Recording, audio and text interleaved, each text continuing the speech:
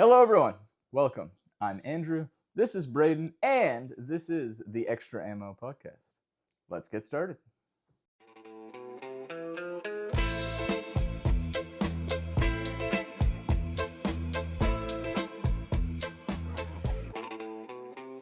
Okay, so introductions first off.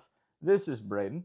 He has been helping me with camera work and editing of my videos, and he is just a stand-up dude.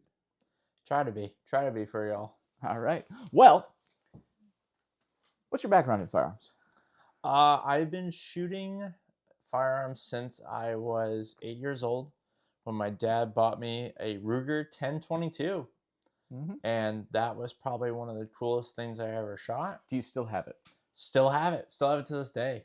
Yeah, so that's, I think, a problem with me with my upbringing, being that so much of the time I spent in non-permissive states. I don't have any of the stuff I got because there was no way to transfer it to me, or and so the oldest guns I now own are not my childhood guns. Yeah. Do you shoot it? Every now and then, my little siblings are becoming old enough now where we can start training them on that. And then I eventually, when I got a little bit older and started working more, I actually bought myself. I gave my dad the money and he bought it legally. Relax, YouTube. Settle down. Yeah. He bought me a Bursa 380, and that's where I actually started carrying when I got older. And when I was able to actually have my own firearms, that's the first gun I carried for a long time until I bought myself a. What was my first carry gun? Was a P365. Really? XL though. XL, okay. Yeah. All right. You still carry a 365. I do. I upgraded to the macro though. I got the full standard mag capacity. See, if you remember from last time, Adam made a point to say that it holds 1 million rounds. Holds 1 million rounds. 1 million rounds, or almost 1 million rounds, also known as 17 rounds. Fun fact about that, I know you had Adam on one of your last podcasts. Adam is actually the one who sold my dad that 1022. Oh, how about that? Yeah, my dad has been going to A&G for years since I was younger. Yeah. So I've known Adam before no beard. Yeah, I know. Which is wild to see. Well, Adam's a really good guy, and I'm not surprised that he has been successful in a hard to be successful in industry, especially long term. Because I walked into a store, and I mean I've known him for years, but not super well, just as a customer, popping into a store. I'm like, hey, yeah, I'm doing a podcast. He's like, well, I'll be on it.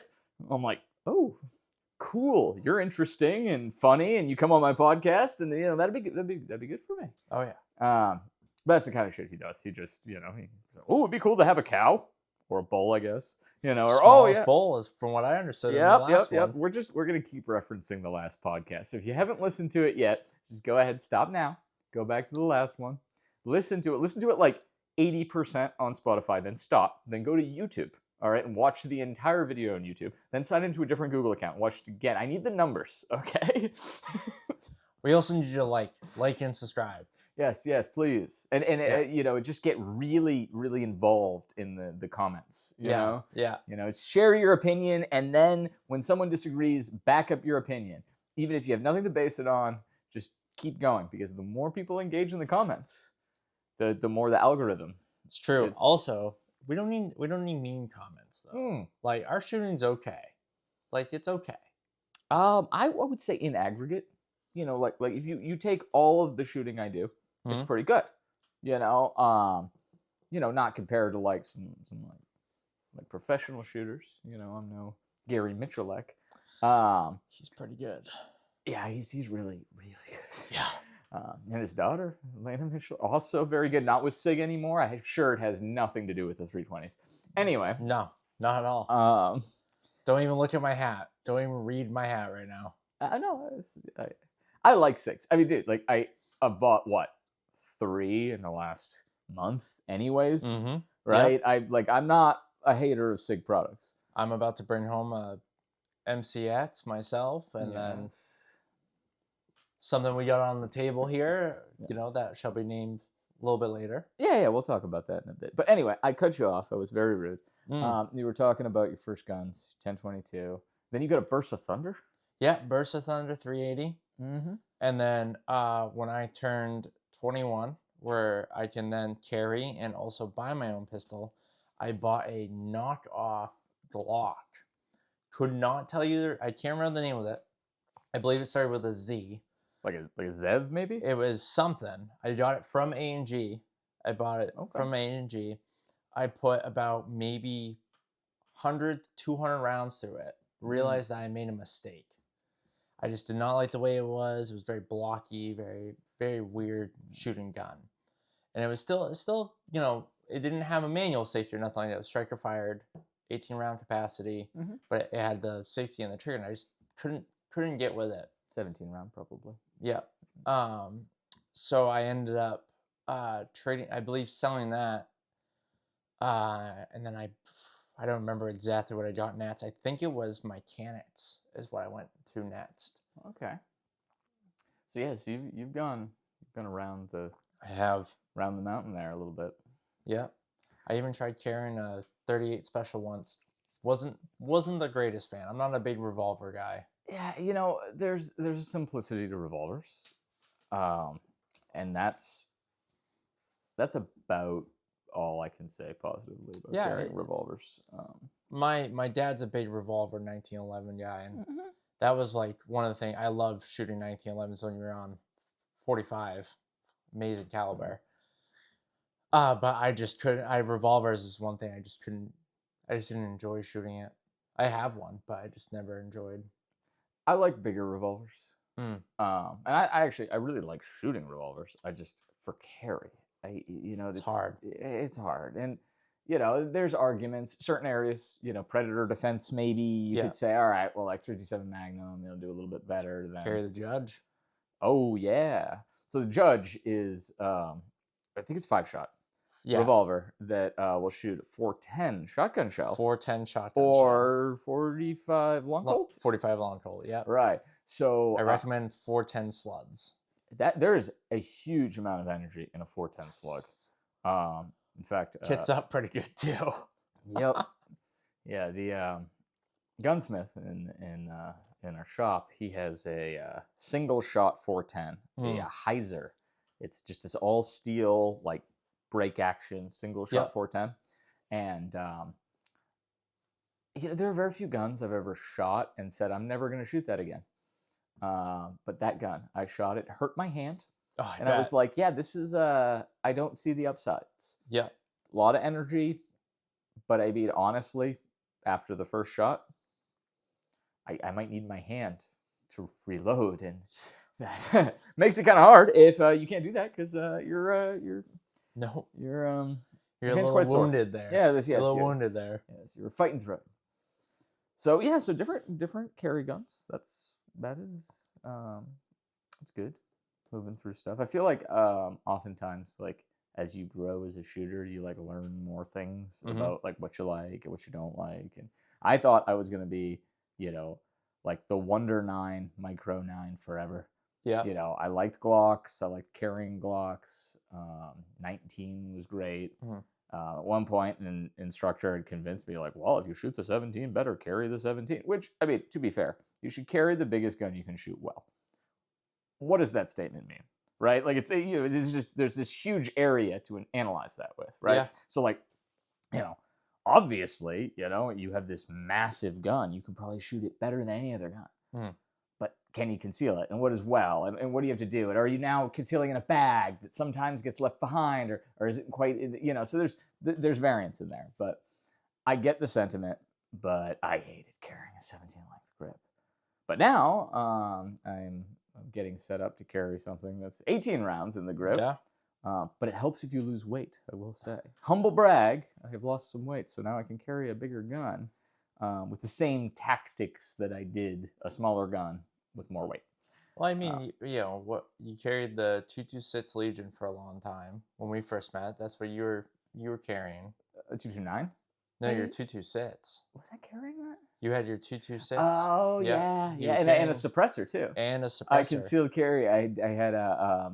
and you had the magnet mag clip to have the extra mag in your pocket, so your That suppressor is could be. correct. Yeah, I was. So like it's really like you said, it definitely depends. Like if you can carry a little bit bigger gun and without it being like noticeable, and you Mhm. want to conceal that, it's good to have that. I personally like I appendix carry, so I carry my P35 macro, which is 17 round capacity, and I carry a spare mag as well.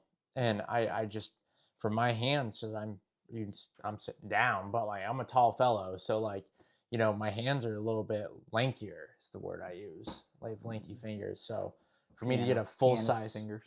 I have a full size grip on that, and I can very much shoot it very well, and I feel way more comfortable than when I had the P35 XL, which I always had to Which run is a very similar grip, but very but close. but that's the other thing too. I think modern pistols, the little things matter Yeah, so much. I mean, yeah, we were shooting a bunch of stuff today, and spoilers, you're gonna see some cool videos coming out. But sick the ones. the difference in how you establish a grip between a 2011, let's say, and a 226 Mm-hmm. or a Canic, Yeah. it can make a huge difference even inside of the same size. Mm-hmm. So yeah, little bits matter. Um, Because I mean, even if the guns look similar, that grip angle might be just a hair different, where it's gonna feel different. yeah, well, and there's the thing where it's just you draw it, it points well, but that's not how it's said. It's always the Yeah, same thing, right? It's right there. Oh yeah, dude, it's right there. it's right there. It's right there, right there. But that's exactly what people say. They say, oh, it's right there. But it's a thing, and a lot of that can be worked through with tons and tons and tons of Mhm. repetitions, right? So like, I don't believe that if you've gone out there, you bought a Glock 19 because everybody recommended it, because it is the Goldilocks of guns. It's big enough, Yeah. it's small enough, it's got high enough capacity, it's got small enough. Like it checks a ton of boxes for concealed carry. Yeah. Um, but if you've gone out, like you did earlier on, got a clone Yeah. of sorts, and you're like, the Glock isn't for me, I wouldn't say that you can't make it work for you. It's just the time and the reps and the energy. Correct. And a lot of people don't put that in, right? So like, I don't know, like, how often do you shoot? Not enough. Be optimistic. Yeah, not enough in my opinion. Right. Not enough. I probably today shooting with you was probably from the last time is when I shot with you before that. Mm. Like I really don't get enough time to go and do my reps. I do a lot of dry firing though. I do That's good. a lot of practicing reloads, dry fire, pulling from my holster, concealed carry, all that stuff, even off my duty belt. Mm. Like I prefer. So what's your process for that? From the dry fire training. Yeah, so like I'm lucky enough, right? Like we were shooting in my yard today, and I've got well, you've seen videos. That's my yard, ladies Yeah. and gents. If you haven't seen my videos, go watch all of my other videos. Like I said, multiple accounts, multiple times, please. But if you see It's those, very videos, easy. that's my yard. I'm lucky enough to have that accessible to me. Mm-hmm. But I think it's interesting because I talk to people about dry fire, and I would say I probably don't dry fire enough at all, Mm-hmm. because I do this thing in my head where I'm like, oh well, I've got a couple hours on Tuesday or whatever, Yep. right? I'll go shoot. And then something happens to make it not feasible for me to get out there, ammo, whatever, targets, weather, whatever happens. Somebody, needs me to build a gun, which always happens. So I don't dry fire as much as I'd like. So I'd like you to explain your process, because I feel like everybody has their own thing. So I'm interested. So I basically, if we want to get really down to my process, I have an office very similar to Andrew's, right? I will shut my door. I will put on episode 4 of the Terminal List, where Chris Pratt Okay. goes through and gets the killer that killed his wife and kids and all that stuff, and gets the revenge. Gets me really hyped up, it's just amazing cinematic. Like it's People so are cool. listening to this being like, okay, look, write this down. Write this Write down. it down. Like, write it down. I need to dry fire more. Yeah, dry fire. Okay. So, I Terminal List. I put that on. And then I, of course, clear, check, make sure everything that I'm going to be touching has no bullets in it. Mm-hmm. All that stuff is separate. And then it depends on what I start with. Last night I did my concealed carry. So like tonight I will do my duty, which is my P320. No one get upset there. It's okay. It hasn't just gone off in his holster yet. Yet. So I usually will then clear check everything, and I will practice reloading with my 17 and 21s. So I Mhm. dry fire, re-rack, put back down in holster. I do all the safety stuff that I possibly can, and just take everything slow at first. So for the first like 10 minutes, I'm doing everything super slow, and then I try to pick up the speed a little bit after that. See if I can make sure I can test myself. Don't get me wrong, I still mess up reloads when it's empty. Yeah. And it's also hard too because when you're working through a reload and you don't actually have a round, right? It's additional steps, sort Yep. of. It's a little bit more tension on the slide release, those kinds of things. But Um, it's good to have because what if you have a jam? right. You know? And I think that's one of those things where um, the more I study the art of really, I mean, just any physical activity. It could be a sport, it could be shooting, right? It's that the more things that can be automatic, right? Actually, what I'll also say is that the things that feel like home, like feel like you're at your house. Making coffee doesn't take conscious thought from me, Mm. right? No. I got a K cup machine in my office. And I got it down, and like I can be asleep. Usually I am asleep until like I'm like 20, 30, 40 minutes on the way to work, right? It's all automatic because I do it in repetition. So there's muscle memory and there's your subconscious ability to do tasks. The more things can feel just like, oh yeah, I'm just what I mean, making the coffee, Yeah. right? The better you get, and then you can focus your conscious mind on the shit you need to actually work on. Yeah. Right. So it's like, okay, cool. Right now, I care about that trigger press. I'm working the wall. I'm working reset. I'm whatever. So all reps that are not reinforcing bad habits are good reps, right? Just do it more. Now you mentioned ammo, and I just want to say, like what I tell everybody, and I don't know, I've it's probably an NRA instructor who first said this to me, and I'm stealing it, and I don't remember which one it was, but they said to take all of the ammo and put it on a different continent, Mm. right? Yeah. Because like I just said with the automatic reps, right?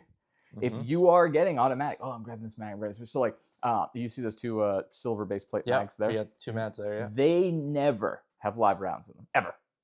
Not once. Well, in the past to test them, I did Yeah. do that, but now they will never have live rounds in them, Yeah. right? But if I want to dry fire in here right now, you see how messy my office is. It's quite messy. You can only see the good side right now. But if I was to dry fire in here, I would have to hide everything because I'm trying to get to the point where things are subconscious, right? I'm just feeding from the mat. Oh, okay, it's on my belt or whatever, or I'm picking up over here. Yeah. And by the way, if you're not somebody who runs a battle belt in your daily life, who carries a magazine in a Oh. pocket, Yeah. maybe practice getting it out of the pocket. Yeah. Big time. I just, and that was the thing. It was I had the Neo Mag, which is a great little product. It's a clip Yep. that has a magnet in it, and there's a stronger one for Glocks because they have a metal liner. But it's Palmer mag. Yeah. yeah, the whole thing. But you get this, and your magnets to this clip, but the clip sits far enough that you can put it in a pocket, but still like finger index it the way you would do a fast reload. And it kind of looks like a pocket knife too. Exactly. So it doesn't really look like a mag. Yeah, it's a good product if you want to carry and you don't have like an appendix rig with a sidecar. I think is the T-Rex arms. That is what I carry. It's I do. their thing. I know they have there's like a whole issue with them right now and Lucas and all that, but like, god damn, they still make good. They make good holsters. I mean, I guess that's an interesting topic, and I'm not an expert on it. I don't want to like give my opinion on things I don't know a lot about. Me but, either. It seems to me like how that business evolved, right, may have taken advantage of Lucas Bodkin's experience in the business world, which is a darn shame. I also don't think that even he would say, don't buy holsters from T-Rex Arms. He was quintessential to the development of so many of the products in that company that, I mean, he could shoot very well. And like me and you, I don't want to speak for you, but it's like I don't have a background in law enforcement or military. I have a background in carrying as a concerned civilian. And I respect people who are successful in this space that have that. Not that there are not incredible instructors or incredible people in the firearms community who come from that background, but it is one of those things where I see those people and they often will say, this is good because I said so, or this is good because I used it. Yeah. And hey, look at the things I did with it. When you come to this space as a civilian, a concerned armed civilian, you start caring about things for different reasons, and you start analyzing them in terms of dollars. Was this worth my investment? Department didn't buy this for me. And then you start asking the question of, can I make this better? And it's not for a military contract. It's not for solving a problem, as they say, downrange. It's for solving a problem in your life. And I love that. Yeah. I love that because I want everybody to carry all the time. So I have massive respect for him, and the reasons, like, not even gun related. One thing that I will say, as a tall, lanky, skinny person, the gun industry is not made for people my size. So the fact that Lucas was working hard to make stuff work for people our size, I have a battle belt from him that fits perfect, right? I have holsters that feel great, right? Even to my dad, where he's a little bit of a bigger guy than I am, right? He can wear that holster. It has no, he is solely focused on comfort and to make sure that his products work. So, yes, it's hard for me because, I feel awful for everything that has happened and all that stuff. And I don't I feel bad that he's not a part of that anymore. But, it's hard for me to, completely, not still buy holsters from them because I know they work. Well, I think we were talking, by the way, about carrying a spare magazine. The ExtraAmo sidecar and the Tier 1 concealment Axis Elite is my other favorite. Yeah. That's an option too. That's a big and I just awesome shout one out, also great holster company. But I completely agree with what you just said.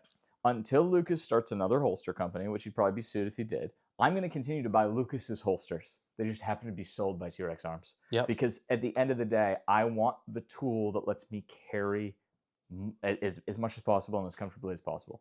I think that every citizen, who can do so responsibly, which, by the way, I think with a little bit of effort, generally, and maybe not every person, but I would say, over 95% of people can do so safely with a little bit of effort. You mean training? Well, I mean training, and I mean respect, right? Because it's not just the training. There are people who are very well trained who don't respect the designed to deal death tool that happens to be on their person all the time. Let's call it what it is, right? So I think that if you are somebody who respects a firearm, yes, you should obviously pursue training. But if you are in a vacuum for training, I don't think that you should, stop yourself from acquiring a firearm if you have the respect, because the information's out there. You go on YouTube, right? You can get the information, I believe, to be safe if you respect it. Yeah. If you're a chucklehead and you don't care and you're making TikTok videos and you're pointing guns at people, no, you shouldn't, in my opinion, own a firearm until you can respect it appropriately. Now, do I think you should get training? You should go get some training from my training company? Yeah, absolutely. Yeah, all right, cool. Hollow Point training. Yeah, I was just chill. LLC. Yeah, just simple. HollowPointLC.com. Do you mind if we talk about that real quick? People. So I'm a very big safety person when it comes to firearms, majorly. I've experienced things in my life that has come close to me getting very hurt or very almost not alive, right? So I'm very big on training. I want to make this very clear. The two firearms in front of us here are cleared, and they are on safe if they are not. But they are cleared, and their hammers are not back, or striker is not pulled back, however you want to word it. And well, okay. And I want you to continue your thought, but I'd just like to throw out there, guys, the idea of dropping a hammer or dropping the striker to end a competition match or whatever, the end of a particular area of that. I have always hated that. I have always hated, hey, let's clear this gun and let's pull the trigger, right, to decock something.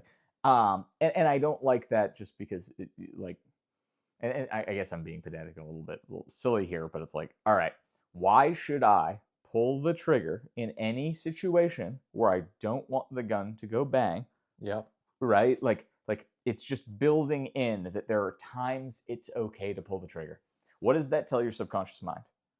Oh, I've cleared this. I can pull the trigger, right? Oh, okay. Well, I got to point in a safe direction, but maybe your subconscious doesn't adhere to those, rules of gun safety.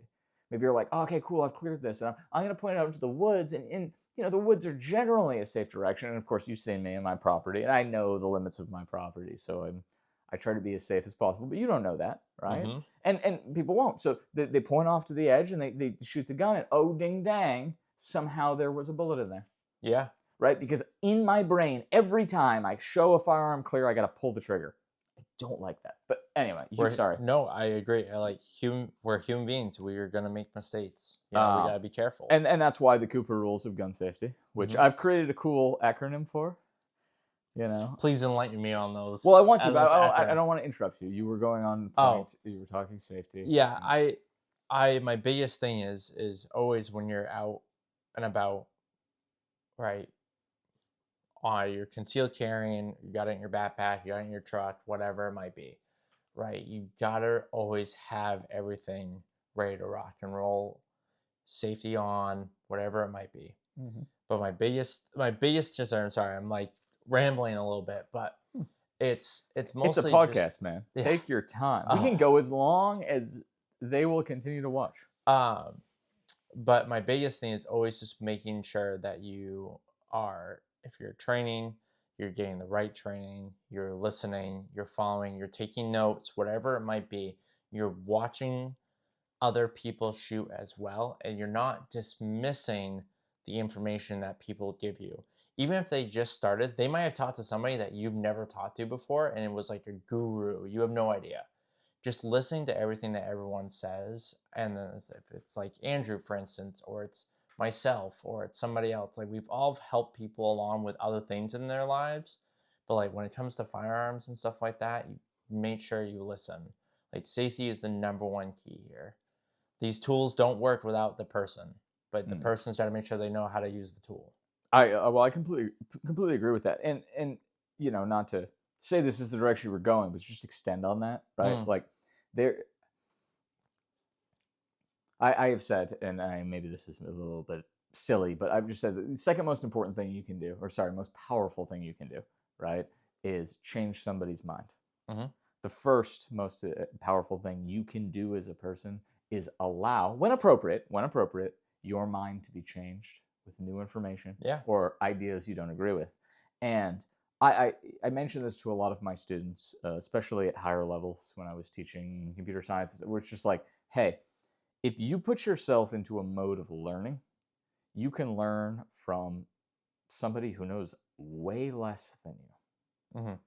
Because you can observe and you can analyze what they're doing, what they're saying, what they believe to be correct, and why. Always the why is the most important thing. And you can get somewhere there. But to your point, you also, to put yourself into that zone, have to check your ego at the door, and it sucks. Yeah. It sucks. It's hard. It sucks when I go to a precision class and I'm like, yeah, I know what I'm doing. You know what I mean? Like, I can hit targets wicked far out. Like, I know the dope or whatever. And they're like, yeah, but here's the deal. To do that, you need an extra 2 seconds because of how you deploy your bipod.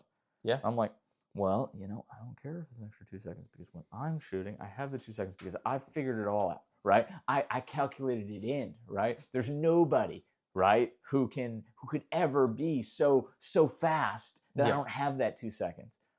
That is not the right way to look at it, right? The right way to look at it is, okay, cool, maybe I adopt that, maybe I don't. But this is something I have not considered, right? Maybe that is the better way to deploy the bipod. Maybe I can incorporate that into my thing. But to do that, I have to say, yeah, maybe my way is not the best way. Maybe I'm good at this, but I can be better. And the only way you can be better is if you actually put yourself into that, mindset of, yeah, okay, cool, I don't know everything. Let's see where this goes, right? Like when I took your class the first time, in my head, I'm like, I know how to shoot. I'm good. You probably taught me a new thing in the first 5 minutes of the class, right? So it's just like you said, holding yourself back, listening, open ears. This is my favorite term, seek to understand. Yeah. Then to be understood Yeah. is a common phrase. It's a big one. We might know a guy who's really into that phrase. Yeah, I don't know if he actually listens or watches our content, but he should. I think he should. I'm gonna be really mad if he's but not. we hear you and we, we actually internalize listen it. to you. So there is a thing. But that's exactly it. That is, I mean, that's the superpower, man. Yeah. I mean, I have somewhat arrogantly sort of identified the things I think I'm good at, right? I was telling a guy last night at a poker game, what am I good at? I'm good at getting good at things. Not exceptional, not phenomenal. I'm actually really bad at getting exceptional at little things. But I'm really good at just getting good at something. Yeah. Just above average, right? If I want to. But how do I do that?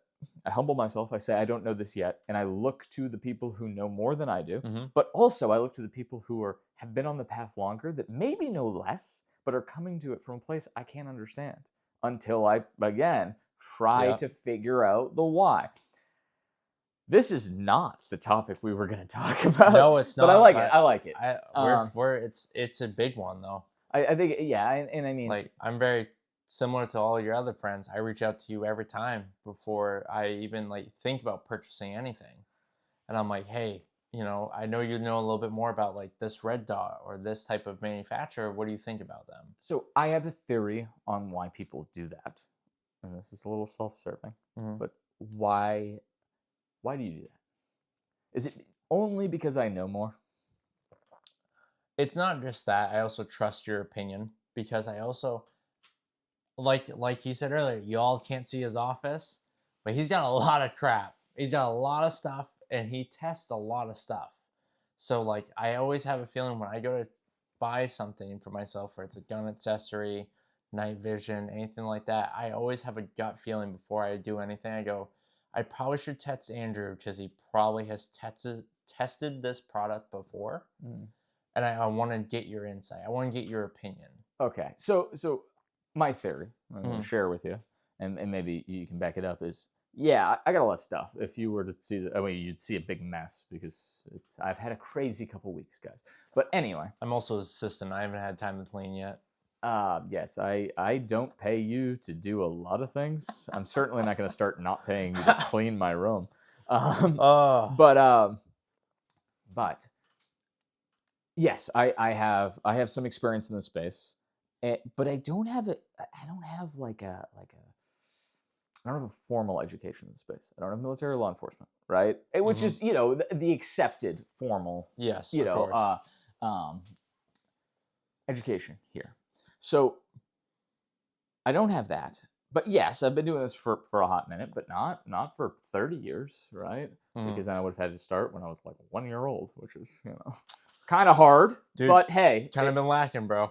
All right, there you go. I'm sorry. I mean, you said 8. I'm just saying. You said you started shooting at 8. I mean, I know it's a little late. I mean, I might talk to your dad. I'm just saying. If you looked at the world at 8 years old, instead of playing freaking Pokemon on my Game Boy, I should have been selling houses. So yeah, well, I mean, that is the thing. But I've been doing this for a bit, sure, and I've got a bunch of things. I like to think that the reason that people seek my counsel, if you will, on this stuff is that I always try to explain why. Yeah. Right? I don't just say, yeah, nah, man, Canics aren't good. I'll say, yeah, I mean, there are Canics that are great, but here's the issue they had back when they were trying to do the 9 and 40 thing. Yeah. Which was, I won't get into it, but there was, when they were trying to do more than just 9mm calibers, there was weird crossover on parts where it was hard to know exactly what model of Canic, which is actually kind of actually continues forward. A lot of stuff, and this is a positive of Canics. A lot of the stuff is interchangeable. A lot. Basically any 9mm magazine, if it's long enough to fit in your grip, will work basically on any modern Canic. Yeah, even their concealed carry, that is really cool. But there was a time when that was a little less obvious. Yeah. So. But again, I will explain that as I've tried to do here, right? Yeah. I'll explain the why. I don't just give you the answer. Yeah. And I like to think that that's my, I can't just tell my computer science students, hey, you use a for loop here, or hey, you use a recursion here, and this is how you start the method, this is how you end it, and give me 2 lines of code in the middle. right? I had to explain why. I had to break it down. So I like to try to do that as much as possible. I totally know the words he just said.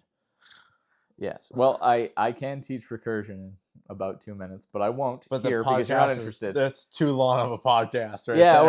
we're already extending it out. We really are. But what do we got here in the center, Andrew? Should we? Oh, you actually want to talk about these? Should we actually talk about these guns that we have between us? Yes. So I think that is it's definitely a good play at this point. So I've got here my personally owned firearm, which is a Sig Sauer P211, which is their new 2011. Yep. Relatively new. They actually announced it a fair while ago, but it's been very hard to get them. They've been a little bit exclusive.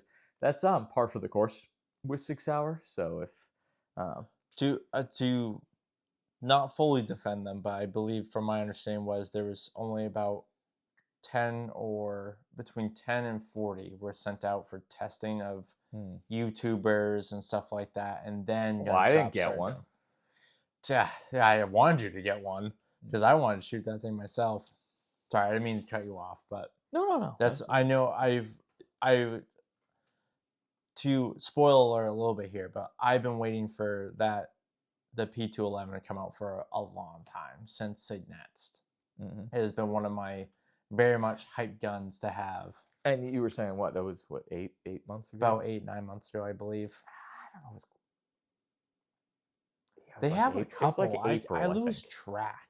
But okay. Yeah, regardless, yep. It has been a hot minute since they announced this. But I also think that there's something about this gun that's interesting. The P211, which is, again, 2011, 9mm. The one I've got here has a Surefire X300. Why? Well, I love the light. It's great. It's got a lot of lumens, a lot of candela. But realistically, I put it on a ton of things because I have a couple of Filster floodlight holsters. Yep. And that lets me, on a new gun like this, I can kind of immediately have a holster. I don't need something custom because it just works off of the light. And there's different spacers and rubber things that let you kind of convert it. But if you are somebody who bounces between guns, has that sort of like restless pistol syndrome, Yeah. I can't recommend that enough. Filster makes good stuff. But anyway, I have that. So I put that on here, and I put a Trijicon SRO on this, which is kind of cool. Great optic. I like it, especially on a competition gun. But I lost my train of thought. I wasn't sure how we got on this. You were talking about it. Oh, this as a 2011. I feel like we were waiting for Sig to do that for a long time. I know. I feel like before they announced it, we were like, hold on, when are they going to do a 2011? They made 1911s. They make a lot of 9mm pistols, and they try to be in the competition space. So all the boxes are checked. Was it Max? Max? Yeah, God, Max. I forget his name. Sorry, hold on. Max Mitchell? Was it Mitchell? He's been because when this was first announced, I watched every video possible about it. But I believe when he was showing GBRS Group it, he was working with Sig on this gun for years. We're talking 6-7 years. I remember him telling me because he's been wanting one for his competition shoots with them for years. And I think the single coolest part about this 2011, which is the single coolest part of the platypus. Stealth Arms Platypus. Stealth Arms Platypus. Thank you. Glock's mags. So the Stealth Arms Platypus takes Glock mags, right? And if you haven't heard of that before, it's a 2011 that was designed around the idea of you already have these mags because Staccato 2011s, right? Ooh. The mags are expensive, and Staccato is sort of like the leader in that space, I would say. They're one of the big ones. I don't want to offend anybody. I saw the Staccato mags on sale once. Yeah? Yeah, they were $4 off. So instead of $80, they were, $76. Wow. Yeah, $4 in savings. I tried really hard to become a dealer for Staccato, but I don't think we buy enough Staccatos in 10 years to do the initial order. But beautiful guns, though. We are in Maine. It's it's different demographic, but they're fantastic. And there are departments usually like SWAT teams, primarily, who are going to Staccatos for the precision and reliability, though, inside of certain ammos. But I think Staccato sends them their own ammo to it is possible. to the police forces that use them. I have heard that. I I haven't confirmed it. Nope. But that was the rumor I heard. One of the articles I read somewhere. Yes. So Staccatos, they're rad. But they're very expensive. Yes. Right. And I mean, when you're talking very expensive, I'm not talking about $2,000 gun. I'm talking about a $4,500 gun. I mean, or more. Right. I think the most expensive I got one on a build without making it custom was about $5,000.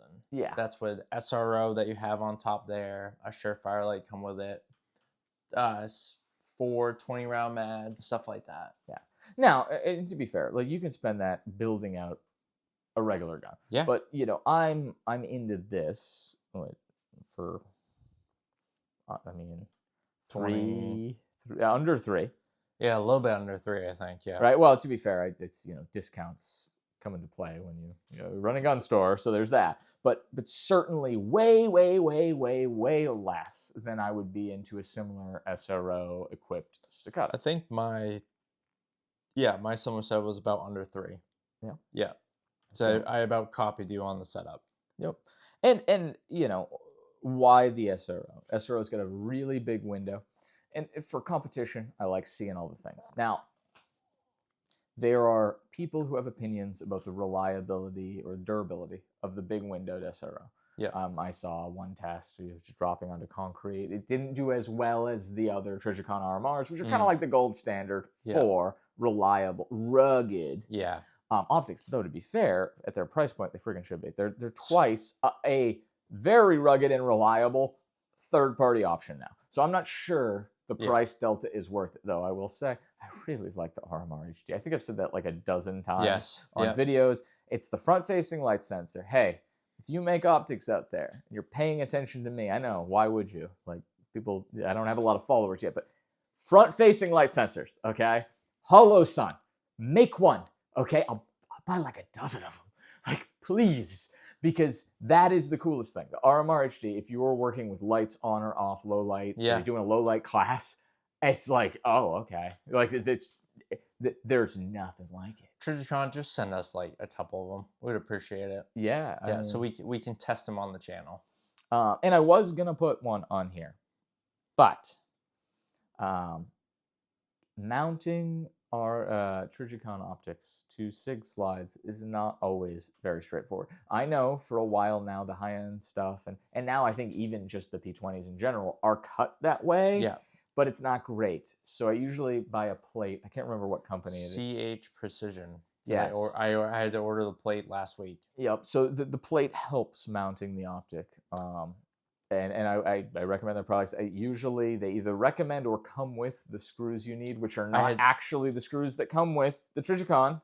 Yes. The ones in the box are not the right ones. So be aware of that. They will screw, but it will not be tight enough and it will not be secure enough. It doesn't have enough threads actually engaging.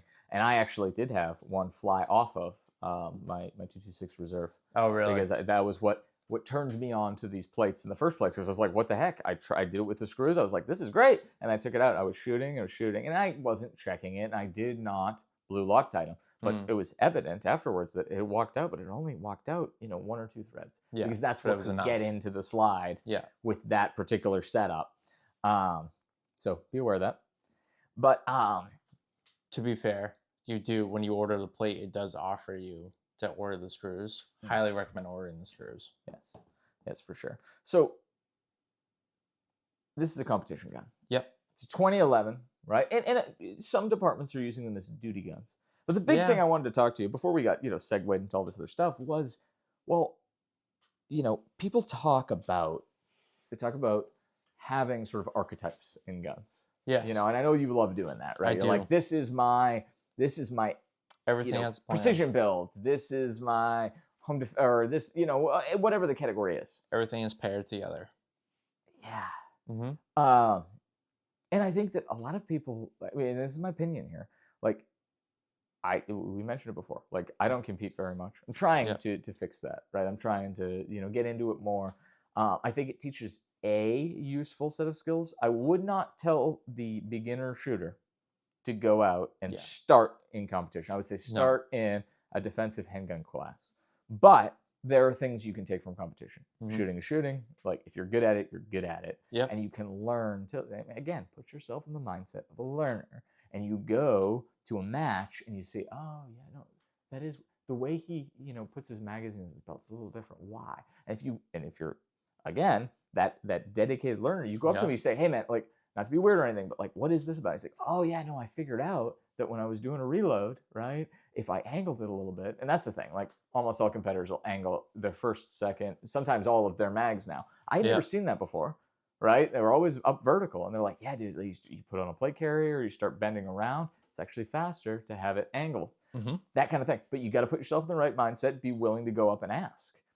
So there's value, a lot of value in being able to do that. So like my quote unquote duty, right? And when I say duty, I feel weird, right? I'm not in law enforcement. I'm not a cop, right? I'm not, not in the National Guard even. I'm not getting called up for any duty. Operation of firearms where it is endorsed by any organized group, right? But I do think it's necessary to have these things, right? Armed civilians, we can talk about Second Amendment stuff, like all of those things. That is not a topic we can cover now. We've spent way too long talking about other things. But when I say a duty gun, I really kind of mean my end of the world gun, right? I mean, things are bad, right? Stuff has happened. Shit has hit the fan, right? So that's, in my mind, that means rugged. Yeah. Right? That means rugged, and maybe I can't find parts. Maybe I won't be able to fix this or find another thing. So then why have a competition gun? Yeah. Right? I think it opens avenues. But how do you see it? So for myself here, I have my Canon TTI Combat with their Mate? How would you pronounce it? The optic? Yeah. I think it is pretty specifically mechanic. Mechanic? Yes. I never understood that, but anyway, it's their version of similar to the RSO. And when I bought this, my first thought was, oh my God, I can finally afford a TTI Combat firearm. The other reason was I bought it for competition use because I wanted to start slowly getting myself into shooting competitions. Now, like Andrew said, I do buy a lot of my firearms with direct purposes. If it was competition shooting, if it's world hits the fan, if it's just like, hey, this is really pretty or whatever it might be. But I prepare myself for a lot of different situations. One touches out very far. One is very good for CQB. One is all this stuff. So when I got this, I thought to myself, I'm like, this is going to get me into the world of competition shooting. Now I have my 60-inch build that you have helped me progress, be better and better with. But like that's prep for somewhat of distance shooting on a competition scale. But it's hard. It's hard to get into that world when you don't know much yet. Because like I'll be honest with y'all, after shooting that SIG, the old Canic might be switched out, but I'll tell you this, the Canic ain't going nowhere. I'll build another purpose for it. But yeah, I don't know. It's a weird thing to kind of get into, especially if you've never been in that world before, or really even grew up in the world of competition shooting. But I mean, like, meeting you was my first time really like knowing what it was, if that makes any sense. But yeah, I would hate to be an ambassador for the competitive shooting world because I haven't done very much of it. Yeah, I've done a little bit, and more so in the like, I wouldn't say more so in the precision end of things, but I've been more successful in the precision end of things, which I never thought I would be good at. I mean, in Maine, everybody talks about it. They talk about how far are you going to hunt in Maine, right? Like the average deer shot is well under 20 yards. Right? Yeah, I think my longest shot I've gotten a deer with is about maybe 70 yards most. Yep. And that's hunting. And of course you can set up their places, 200, 300, 400 yards, but we don't have the flat landscape that would beget mile long Yeah. shooting. So I never was like, oh, I'll do long range, I'll do PRS stuff. This would be great.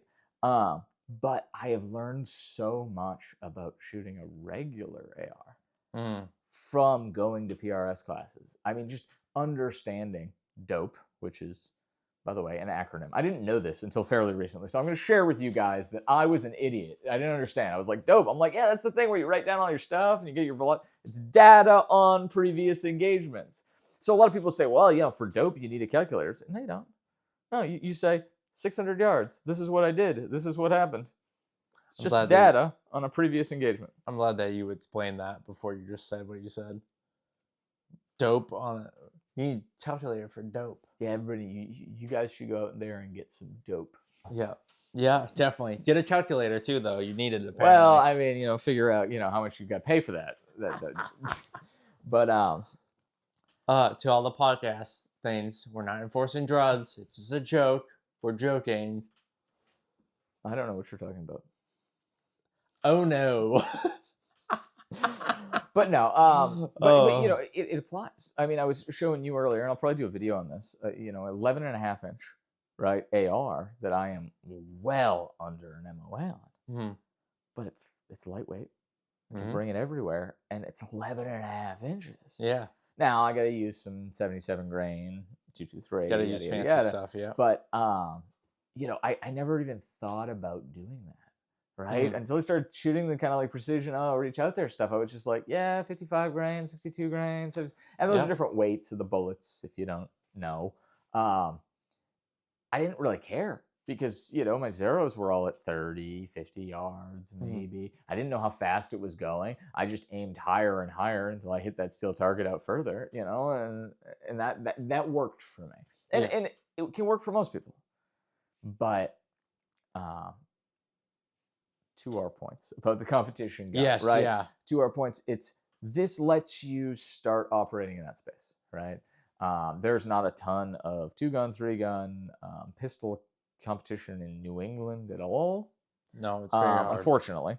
And there's very little in Maine. And some of that is economic. Some of that is just you don't have the right people and the right densities. But it's hard. I mean, you've got, Maine and New Hampshire. Range is the biggest thing, too. This is true. But it's also, a lot of that comes down to insurance and other things. But you got Maine and New Hampshire. Insurance. They're pretty cool when it comes to guns. But we're landlocked up here.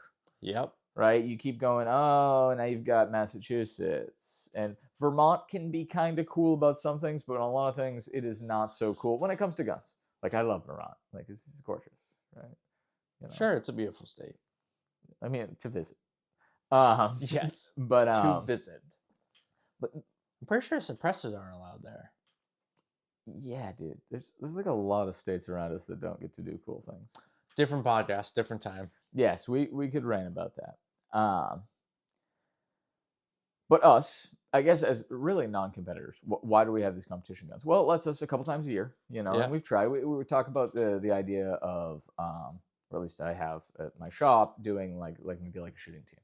Like, that could be cool. It could be a cool thing. We get together, we train throughout the year, and then maybe once a year we go to some competition. Yeah. We just got back from a nonprofit fundraising, I guess you would say, competition for the Hero Down Foundation, which you should go check out because please do. They're real solid. Mostly focused, very good. Mostly focused in New England. Idea being that the funding that they receive here stays here, and it is for first responders who are injured. Yeah. I don't know if you guys know this, but it takes some time when police officer is hurt in the line of duty, or firefighter, anything. Right? It takes time before the union and the other things like pick up and help them out. And oftentimes they'll get injured, and they're kind of like in the lurch for weeks or months before anybody steps in. So I didn't know about this a long time ago, but I heard about this organization. They put on some really cool stuff, and their Instagram is pretty rad. So definitely go check them out. But anyway, we went to the competition, and it, like anything else, it was an opportunity to learn stuff. We didn't do super well. We had a good time. We were safe the whole time, and that really is the important thing. Yeah. But it kind of opened this idea of, okay, cool, maybe I have a a competition gun lets me, do that stuff. Mhm. But what I will say though is we saw it today. I can't shoot this gun very well because it's not like any of my other self-defense, quote unquote, duty should hit the fan Yeah. or carry pistols. Same. I mean, I have a couple of 1911s, but I mean, I shoot them a couple times a year. Yeah. So it's weird. Now I'm working a real single stage trigger. Mhm. And I consider myself an okay shooter. Yeah. And I'm like, yeah, okay, cool. This is gonna suck, and it did. In fact, when I shot the Canic, right, which is a more traditional striker fired, kind of two stage, kind of double action, depending upon how you look at it, Mhm. trigger, I shot it way better, right? It was a little bit slower, but way better. Yeah. So what do we do with that? Should I not do this? Should my competition gun be like my carry gun? No. Train. Gotta keep training no matter what. I am so used to shooting SIGs. So when I was first shooting this Canic, I was like all over the place. I fully got it zeroed in today, but it was such a different feeling. Different, even like angled grips, all that stuff. I like when you get a TTI Combat, it comes in this whole big box, right? Mm-hmm. And it's got all these different accessories and all this stuff, a challenge coin and all that. But like the first thing I did was I swapped the spring out. I swapped the spring out for their competition spring Okay. because they send you one. And so I at first was like, I want something that's smoother and lighter because that's what they were saying. So when I first started shooting that, it threw me for a whirl. I had to learn a whole new gun, in my opinion.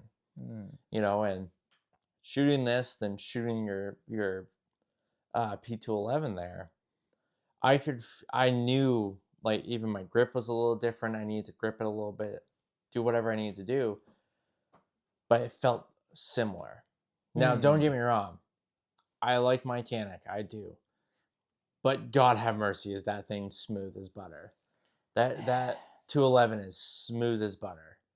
I agree with you. I completely agree with you. And it's wild too because I love my 226 Reserve, Mm-hmm. right? It's a great gun. And that's like my competition gun, and that's like a gun you like put on the wall. But I'm like, nah, I'm gonna run it. It runs really good. Um, Person who shot it. It's great. I would say, without a doubt, this shoots better. However, I'm gonna keep competing with my 226 until I get way better at working this. Yeah. But what you said was exactly right, right? It shoot more, right? You don't want to just be good with your one thing. You want to be, proficient with all of these things. It's a sport. It's like, yes, if you are, a baseball team, jeez, why am I even using? So I always like use these analogies, sport analogies. I'll talk about. Doesn't even watch sports. I'll talk about like rifling in a barrel. It's like when Tom Brady's throwing a touchdown, right? He puts a spin on the football. It's what everybody says, right? And I got called out on it. I'm like, you gonna watch football? Yeah, you I'm don't. like, You no, I don't really like sports. I don't like organized. Oh, what do you call it? Sports ball. Sports ball. Yeah, I don't really watch the sports ball. Yeah. But I don't know why. I never got the bug. I just am not into it. I can go over everybody's house and watch a game, but I'm just not super into sports. But the analogies resonate with a lot of people, right? Oh yeah, big so time. if you're on a baseball team and you're in the outfield or you're a pitcher, or you're a batter or whatever, right? Like that doesn't mean that you can't do any of the other shit. It means that's your specialization, right? And as a person who was a pitcher, no, I was not meant for outfield. No, all right. I was too good. I believe you. I believe him. I do. For the record, I believe him. It's these lanky arms, get a ball down there pretty fast. Yeah, but no. I think specializing into one area, specializing to the guns that you like, right? Like I'm gonna be carrying a 226 again because it's getting colder, and I can see. You can always conceal a bigger gun in the winter, right? Winter carry. It's good. Well, let's make this clear. If you live in New England, it's easier.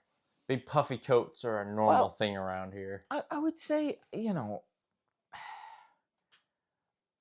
in most countries you can legally carry a firearm. you are going to have a swing in temperature. Like, this is one of those things where it's like, if people say, well, in Arizona, it's like always 1,000,000 degrees. But yeah, but it gets cool to the point where like you can justify a bigger, right, button down shirt. Yeah. So like, whatever. And now you're a long sleeve button down shirt, middle of winter, right? Like, so like I would say for most climates, there is the ability to upscale your carry decisions in the colder months if you want to. But I agree with you, right? Like in New England is great because we've got winter, right? Like if I start wearing like a sweater, like what you're wearing for the next 3 months, no one's gonna give me a hard time. Even on the warmer days, they're gonna be like, yeah, all right, cool, that seems reasonable. Heated hoodie. Gets Cool cold. stuff. Very cool. What was it? Yeah. Who got you that? My good friend Andrew did. Yeah. He knows I'm a cold boy. Yeah, well, he's skinny and he gets cold. Lanky. Now I get colds, so but I already bought myself one of those, so I'm all set. But yeah, why don't we take a quick break, and then we're back. And we're back. Look at that! Look at that! We're back. Back in the New York groove, perhaps. I won't lie. I did have to signal Andrew that I needed a potty break. These things happen. Yeah, these things happen. Drinking a lot of coffee that we are. Well, mine's a dark roast. What's yours? It is a light roast. Ooh, you're a light roast guy. I buy the like Good Morning coffee from Walmart. The like breakfast blend. Not the Good Morning. The breakfast blend. Yeah, it's good though. It actually is good. It's good, especially in the K cups. Yeah, at the shop and stuff. I am into that particular blending of coffee, but I also am just like super lazy when it comes to my caffeine. I'll do a sugar-free Red Bull when convenient. Yeah, I know the chemicals will probably kill me in the long term, but the lack of caffeine will kill me very quickly on any given day. I mean, the amount of lead in our system right now, like what? Yeah. For me personally, I do spend the extra money. And I go to Cabela's and buy the Black Rifle stuff. So I love Black Rifle coffee. I do not like Black Rifle K cups. No, I only buy their pre. And honestly, this is actually like it's a positive for the Black Rifle. We're way off topic, but it's a positive to the Black Rifle coffee that their K cups are not like a rebranded somebody else's. It's their coffee. However, it tastes different. It does. Well, it tastes different, and there's too many of the particulates make it through. I don't know if it's not fine enough or it's something's going on, but I get like a little bit of grittiness in the bottom. Maybe it's us. Maybe we have to buy a Black Rifle K-cup machine. Well, maybe our Keurigs are just not enough. Oh, that's a good point. but it is. I mean, K cups. The K does stand for something. It stands for Keurig, as far as my understanding. Yes. So, oh yeah, well, that's actually interesting segue, and something I was going to bring out, but whether or not we had time or not. But brands in the 2A firearm space. Ooh, right. I have a hot topic on that. Well, but that's just it. Like you've got Black Rifle coffee. They sell it at Walmart, right, or Cabela's, right? Or Cabela's, yeah. They have more of a selection at Cabela's. Yeah. And it's something you guys got to be aware of. Maybe I haven't been clear about this, but like Brayden and I, we both live in Maine, but Maine is big, yes, right? And it's not as big as like friggin' Montana, right? Nope. But like we both live in Maine, but we're an hour away from each other. Yeah, and just about. You regularly work an hour south of that, and and it's interesting because we were talking about it earlier. Like I'm lucky enough to have a range in my yard. Yeah. Right. But with the busy and you work full-time job, I work full-time job. Like getting access to certain things, right? Like a range or products or what have you, it is interesting in this state in a way I wasn't really expecting when I moved here, and I've gotten used to it. I'm not gonna name drop, but like there's certain places in here that would be awesome to use, but they ask too much money, or they restrict you on a lot of things. So it's pretty much the setup that you have is very nice. Like I appreciate you inviting me out, wanted to do the podcast here today, and also like I wanted to. I begged him. I was like, dude, I need somebody. I need somebody to come. I was gonna. So he invited me first. I won't give you guys the details. But I had my planned next podcast was with a representative from a company, and he's no longer with that company. Ooh. And I don't think he's ever going to watch this podcast. But if he does, that was some BS, man. And I've got your back. If you ever need anything, you let me know. But you're gonna have to fill me in after. I will give you the full 100%. lowdown afterwards. But I'm a gossip person. It did throw my schedule off, and I will apologize, guys. I know it's been a hot minute since the podcast. The last few weeks have been crazy. But yes, I begged Brayden to be on my podcast, and I think he's been a good guest. But sorry, I asked a question, and then I just started talking. I'll be honest with you, I forgot the question. So is it brands in this space? Oh yeah. Right, and we were talking earlier about T-Rex arms, right? So like, do we support? Like it's hard. Who do we support and what do we support? And it's interesting too because, in so many other things, like I don't ideologically have to align with NVIDIA to buy their GPU for my desktop, right? Like that's not important to me. Mm-hmm. But I do think that it's kind of important to align, at least on a base level, with the brands you support. Yeah. It's made it a little bit hard for me to support SIG. And again, I love SIG products. I don't think the 320 has a major issue. I think it has a minor issue that they're not addressing because they're saying no issue. But it's just my take. It's not just on that though, but it's just like on that one thing. Like people in this world today, no matter what topic it is instantly judgmental. Mm-hmm. Like I still have a P320. And I had a friend who was looked at me. A couple of them on the wall there. My friend looked at me and was like, "You really trust a P320?" And I was like, "Yeah, I do. I trust my two P320s that have not had anything happen to them, right? And I've trained with.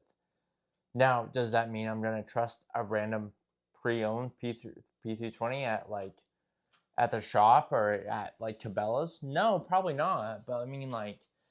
That's the hard part. Is just like there's some people that are refusing to even buy that because the 320 is maybe having issues. And just to recap, because maybe you didn't watch the last episode, but you should. You should have. But if you have not, can't skip episodes. This isn't filler. Well, you absolutely can. All right, please. If you want to listen to just this episode, you can. Please, I just and share, comment, like, subscribe, tell your friends. All right.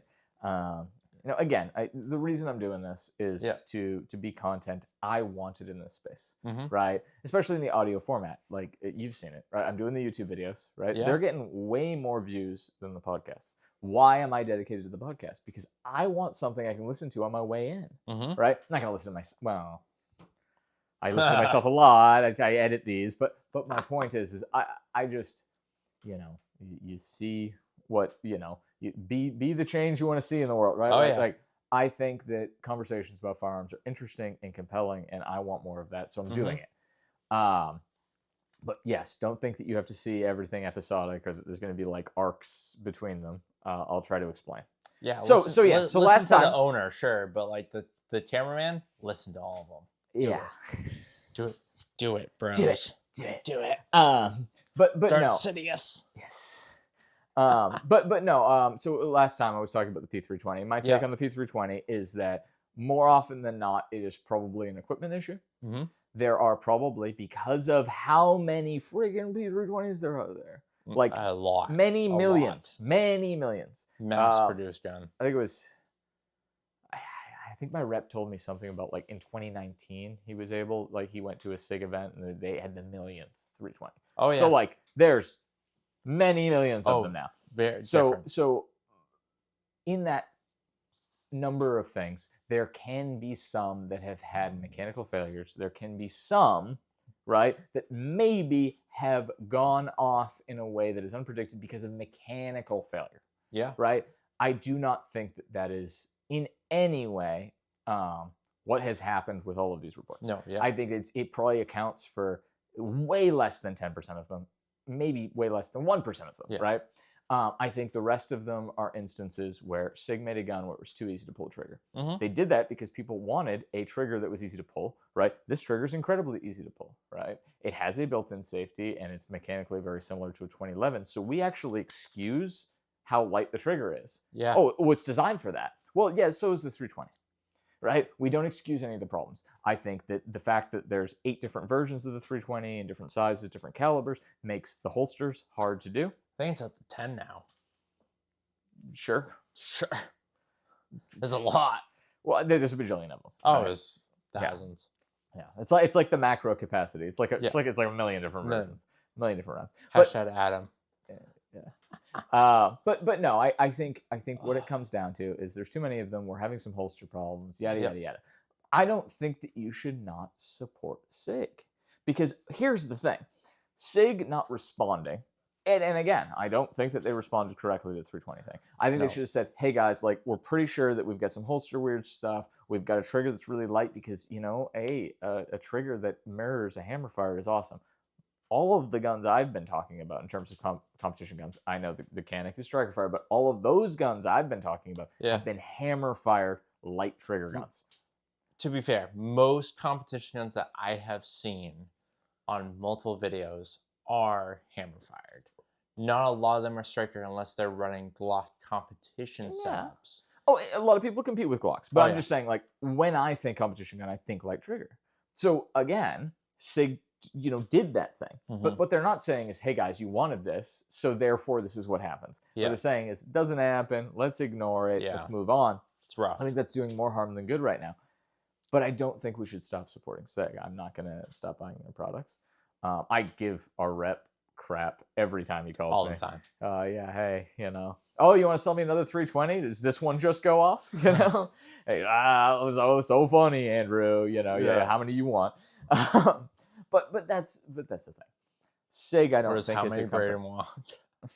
Fair enough. Fair enough. I will say this, like, on my end, like, we joked about it a bunch, you know, through texts and all that stuff, but I will never not say that there is possibly a problem, right?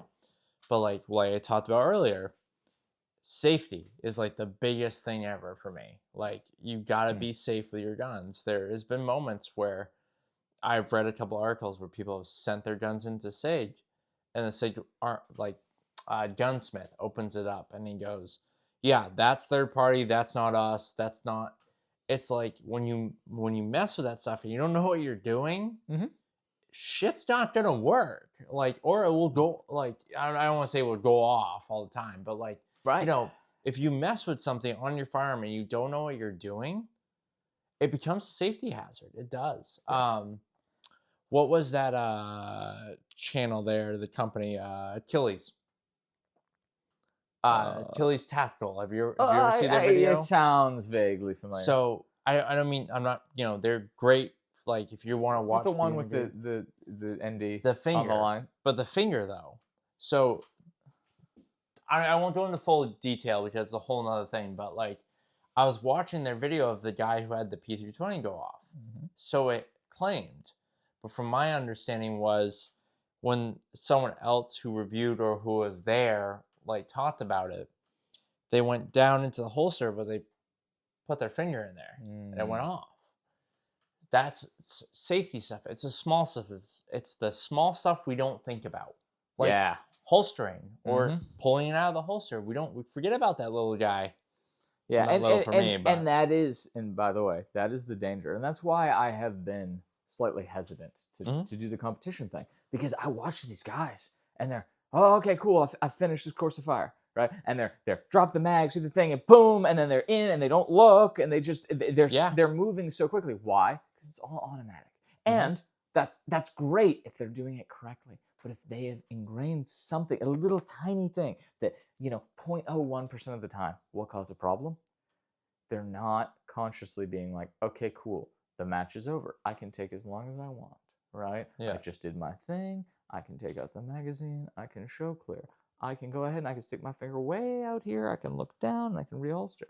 I recently learned this. I didn't know this. I don't know how I didn't know this, but I've always told all of my students training, like, when you reholster, there's never really a point or an urgency to get your gun out of, like if you've done your thing, right? Like Mm-hmm. unless you have, God forbid, used it to defend your life, and then the police are immediately there, right? What is the urgency to reholster? Yeah, take your time. Right? So you can take your time. So I've always taught all my students. I was recently we were getting geared up for this competition I mentioned earlier, and one of the guys on our team is former law enforcement. I was like, hey man, like I just want to see you slow down on the reholster, and he was like, whoa, no, you don't understand. They would not let us as a department look at our holster when we reholstered. Yeah, and I was like, whoa, what is this? What could that why? possibly be? And it's like, well, no, because I have to keep my eyes on potentially, the suspect, Possibles. the other situation, crime scene, potentially whatever was going on. Yeah. I was not allowed to look down. So I'm thinking, how could you possibly ever ingrain, right? Not looking at the thing. And that's the thing. Like you get the adjustable little clippies on a sweatshirt, the little pull tab guys, right? I have seen so many of those pop off and end up in holsters because it seems like every competitor wears one of those when it's cold, right? I take them off. So there you go. But I don't compete. It just drives me insane when it catches on shit, even if I'm putting my phone in my pocket or whatever it might be. Right. So I've seen that happen, and if you're not looking, right? So then I wonder, it's like, okay, cool. Did it just go off in the holster, or was it one of those little tie guys in there, stuck in the trigger, just pulling the trigger partially? And then we've seen it, right, with a 320. Again, to harp on that, if you pull the trigger partially and then shake the friggin' thing, it goes off. Same shit happens with the Glock. Same shit will happen with a CZ, right? If you partially pull the trigger. Now, on a Glock, is it harder? Yeah, because they get the little dingle that, same for trigger the safety. Or Canic, right? But same mechanism, right? So I wonder what's going on there. So I haven't swore off SIG, but also I've never heard from SIG anything that I think is super anti-2A or even vaguely anti-citizens carrying. Yeah. Right? I have from other companies, big companies. You'd be surprised. And much longer conversation, but I just, make this quick for you. I know you got to get out of here. How does your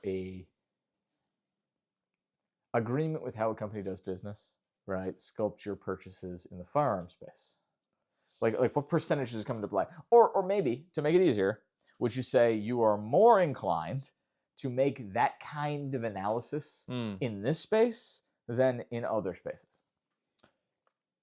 It's definitely hard for me because there's a lot of things that I support and a lot of things I don't support, right, in my adult life, right? And the Second Amendment is like my biggest thing that I strive on. I won't say what I do in my full-time job, but my full-time job is against those types of rights, right? And so for me, it's very hard because I feel like I'm by myself a lot. But when I go to purchase or research or watch content, whatever it might be, right? Like I found out maybe 2 months ago that a certain mud company, you could call them, actually despises the Second Amendment right. And I have their muds, I have their water bottles, I have their coolers. Very disappointing. I spent thousands of dollars because their stuff worked, but they don't support that. So I start this little conflict in my head of okay, how far do I want to take this? Do I want to still support their company?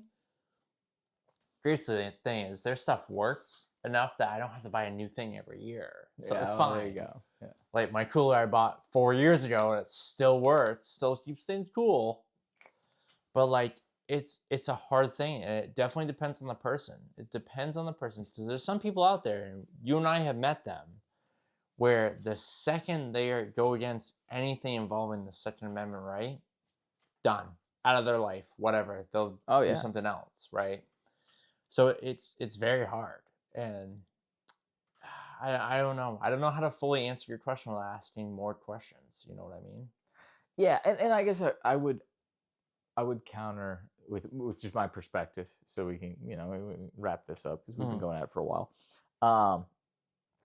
I I will judge harshly companies that operate in this space, Mm. right? Companies that will sell to police agencies where they couldn't sell the same gun to civilians, right? I love that. I do love that about the whole T-Rex arms things. Yeah. And other companies, I think Barrett's one of them, or used to Yeah. be. I think they were sold recently, so I don't know if that changed. But like the idea is like, hey, if your civilians can't own this, in this state, I won't sell to you. I'm not going to do it Yeah. because it goes against. So like in this space, I love that.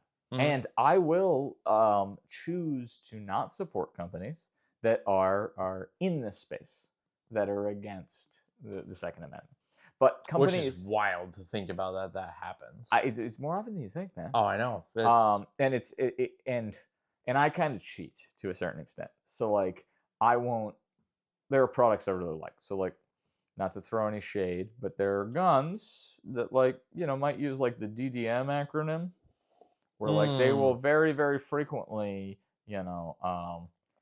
do things I wouldn't particularly like about previous sales when it comes to federal agencies, Let's just say this. Don't get me started on that company. Right. Because But I have a whole opinion about that. however, secondhand, I'll buy their products because they make good barrels and they generally make good guns, right? Sure. So, but I will not on a new firearm support that company. So I guess I'm kind of cheating, right? But that's in this space. It's in this space. Yeah. Now, am I not going to buy an iPhone because I disagree with the ideology of the company? I guess if I was maybe a little bit more principled, right, I would say, yeah, you know what, I'm gonna buy, a basic phone. But I also think that that company, right, is beholden to its it's hard. its situation, right? I recently acquired a Samsung folding phone. You might know something about. And I disagree with a lot of that company's decisions, right? But it's a smartphone company, right? So I guess I have a different scale if you operate in this space. If you are in this space and you do things that, I guess directly or inadvertently hinder or harm the armed citizen, I get pretty angsty. You and I talked about it months ago now, but remember when, not saying that we need stuff sent to us, but T-Rex arms, when you and I used to buy a good amount of holsters to them, do you remember one of the things that was kind of nice to get when we do checkout? Yeah, there was a little discount if it said you were an armed citizen. If you were, the exact words, if I remember correctly, were, are you going to be carrying this holster every day? And then if something were to happen, you are willing to sacrifice yourself. Yeah, to defend life, liberty, whatever, Yeah. that kind of thing. That to me, like, no matter what it was, Lucas, no Lucas, whatever, that right there meant to me that that company actually cares. And that's where I was like, it really this is bums why I me buy out. the holsters. Is like this. It bummed me out when they discontinued that. They did. Yeah.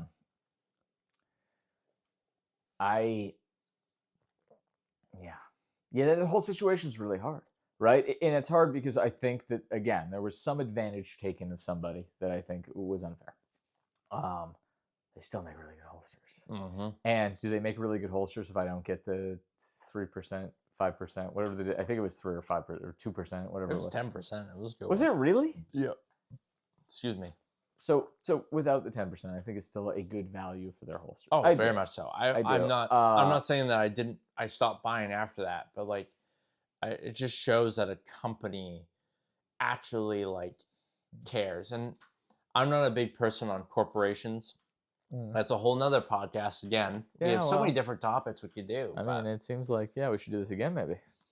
I'm be on any time, as long as your viewers like me. Well, I mean, we'll see. So what you got to do is, if you like Brayden, you got to comment below. You got to be like, hey, that Brayden guy, we like him. If you just watch it but don't say that, I'll assume you don't like him. And then I'll just go back to being the unpaid cameraman. Yeah, I mean, unless I'm raking in the dough, I mean, the cameraman can't get paid before the host personality and owner of all the cool shit that hopefully will someday pay a little bit for itself. I mean, come on. Hey, I hooked you up with some stuff sometimes. Oh, big time. Big learning moments. Learning. Oh, okay. Learning. Oh, yeah. I'm not saying like, okay. I mean, do you want to do full disclosure here? You can disclose whatever you want. I'm on the internet now. Yeah. I mean, like, you have definitely given me stuff to test out and try out with you and stuff like that. And I always appreciate those moments. But, like, just the knowledge that you give me is what I really take in. And items don't matter to me. It's the knowledge. Oh yeah, for sure. Yeah. Okay. So now I'm gonna wax poetic for a minute. Bear with me, but no, like, and I really appreciate your knowledge. You know, he's been cutting these videos together. I usually do the podcasts, and you do the other YouTube stuff. And you've been doing a great job. I don't have the skills in that space, and you do it quickly. You're efficient. That was you have a degree of some kind. Yeah, I have associates in videography. So yeah, so you're awesome at that, and honestly, it's enabled me to do this thing, which is apparently growing faster than most YouTube channels, according to the YouTube dashboard. So keep watching, keep subscribing. I'm doing okay. I watch that stuff. But no, I appreciate knowledge transfer. You know, GBRS group, knowledge transfer. Knowledge transfer. That's important. I think, you know, what I strive to do is not just transfer knowledge, but transfer, you know, the things I had to figure out and learn. Again, the whys. Yeah. Because, you know, transferring knowledge is, it was a thing I did in higher ed and all this other stuff, but my approach to education has always been, if I can explain why, then that was why for me, right? And maybe that makes like perfect sense to me, right? But it lets you actually internalize it if you care about that why. Yeah. Right? If I say, oh, I love LPVOs because, you know, I'm always using them as a low power variable optics. I'm going to have to say that every single time. And you can kind of use it at 1x like a red dot. And then you can also stretch out there with some magnification. So like a 1 to 6. At 1 is kind of like a red dot. 6 is like 6 times. Anyway. Favorite optic, by the way. If I say, I really like LPVOs, you know, and it's because in certain instances, you know, I can make 200-yard shots with a little bit of dope correction in a first focal plane reticle. First focal plane being that it actually gets bigger or smaller when you magnify it. Thing I always tell people, first focal plane, think first finance, because that shit's expensive. You're going to have to finance it. First focal planes are usually more expensive. Helps you remember it. Might have added possibly finance the gun too, but all right. Yeah, well, I mean, if it's worth it. But but first focal plane, right? Anyway, if I say, oh, that's really great for, you know, that 200-yard shot I have to make, you know, and at dawn, right? With, you know, and I'm going to illuminate this, yada, yada, yada. And you're like, okay, cool. Well, I never do that. Right? You can internalize that knowledge, but realize that it doesn't matter to you. But if I just say, LPVOs are great, you can trust, oh yeah, Andrew knows a bunch of shit. You can go out and buy one, very expensive one, put it in your gun. And you're like, I don't do these shots. And it sucks. 1x, oh, spoilers, guys. 1x LPVOs are not red dots. They're the worst red dot ever, okay? Can they be effective? Absolutely. And by the way, second focal planes are usually better on 1x as a red dot than the first focal planes. Way more expensive, right? But if you are just looking for somebody to recommend what you've got, right, and not explain the why, then there's other people out there. So I would say I'm glad that you think that I give you some knowledge. I appreciate that. Of course. It means a lot to me. But I hope that I also explain it. That's what I try to do. I'll be very honest with you. I'll let you know, and I'll let the viewers know if you don't. Yeah, he will too. Yeah, so multiple people hold you accountable.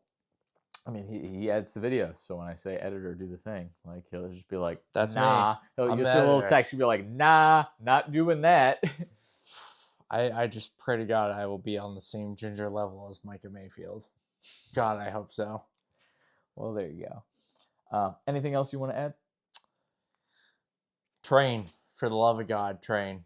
Um, Please train. Like that, I cannot express that enough myself. For myself, you as well. Like you're constantly training. You're constantly doing this. I'm constantly doing research, training, doing all this stuff, dry firing. Please, for the love of God, you do it yourself. That's my biggest thing. Is just training. Yeah, and I will absolutely cement that and second it as well.